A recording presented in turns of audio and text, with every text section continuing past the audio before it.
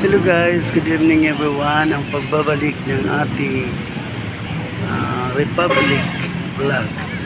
Guys, andito ako ngayon sa Loton, Maynila guys, no? Kung saan ikikwento ko sa inyo kung ilang taon akong nanirahan dito sa maong lugar na to guys. Nung since 1990s pala. 1995 I think, and then hanggang 2000 guys, dito ako nakitira sa Loton, Maynila guys. Ito po yung bahay namin dati. Ito yung bahay namin dati guys, palipat-lipat lang kami, Luneta tsaka dire sa Loton.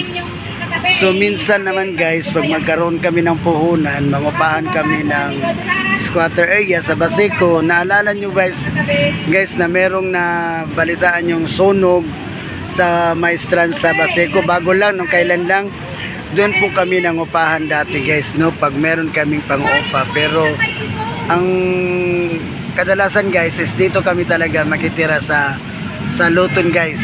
Dito po yung aming talagang bahay guys dati. So ngayon guys ay nakabalik ako simula nung nagtrabaho ako sa Malacanang.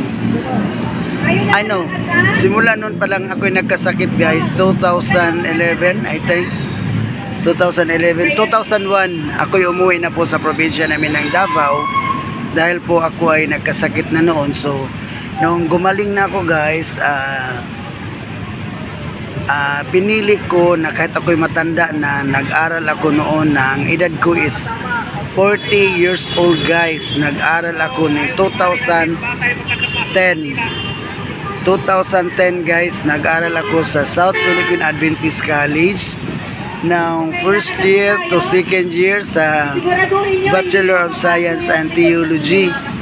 And then nag-canvas kami ng libro noon dito sa Maynila. So nakakuha ako ng sponsor na doctor guys, na Adventist din dito sa Manila Center, Manila Adventist Hospital guys, no? So nakapag-aral ako noon hanggang 2015. Then 2015 guys is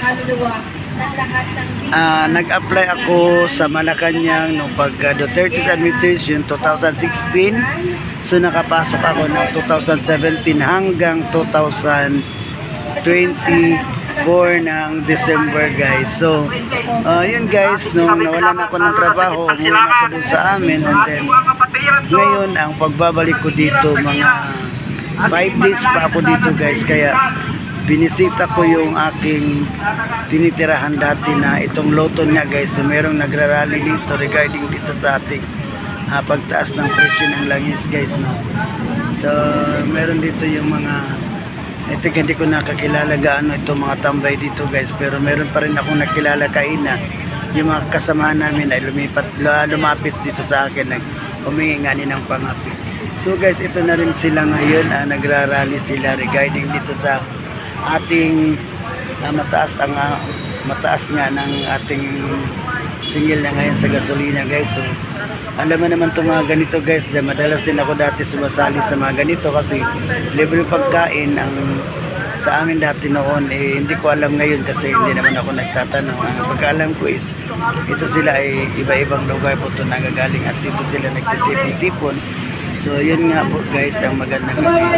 Hanggang dito na lang po guys, maraming salamat.